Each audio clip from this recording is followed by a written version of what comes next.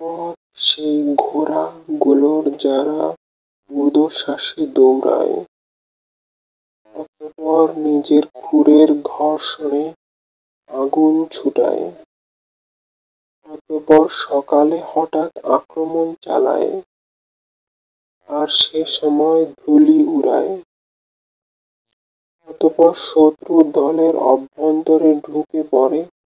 এভাবে মানুষ নিজের শক্তি সামর্থ্য ও আল্লাহর এক অতি বড় নিয়ামত গোড়াকে অপর সম্পদ লুণ্ঠন ও অন্যের প্রতি জুলুমের কাজে ব্যবহার করে।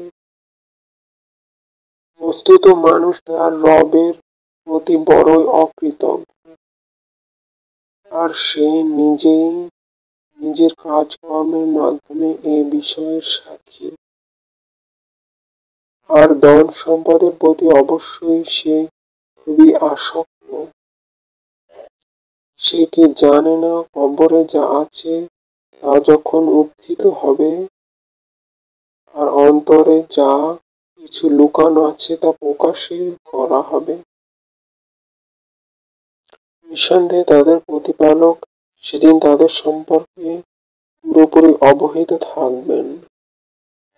শপথ সেই ঘোড়াগুলোর যারা ঊর্ধ্বশ্বাসে দৌড়ায়, অতঃপর নিজের খুরের ঘর্ষণে আগুন ছুটায়, অতঃপর সকালে হঠাৎ আক্রমণ চালায়, আর সে সময় ধূলি উড়ায়, অতঃপর শত্রু দলের অভ্যন্তরে ঢুকে পড়ে।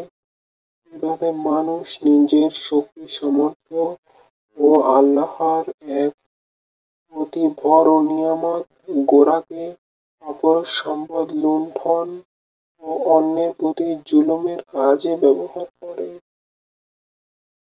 বস্তুত মানুষ তার রবের প্রতি বড়ই অকৃতজ্ঞ, আর সে নিজেই নিজের কাজকর্মের মাধ্যমে এ বিষয়ের সাক্ষী।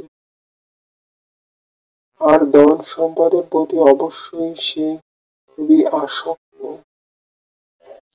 সে কি জানে না কবরে যা আছে তা যখন উত্থিত হবে, আর অন্তরে যা কিছু লুকানো আছে তা প্রকাশই করা হবে।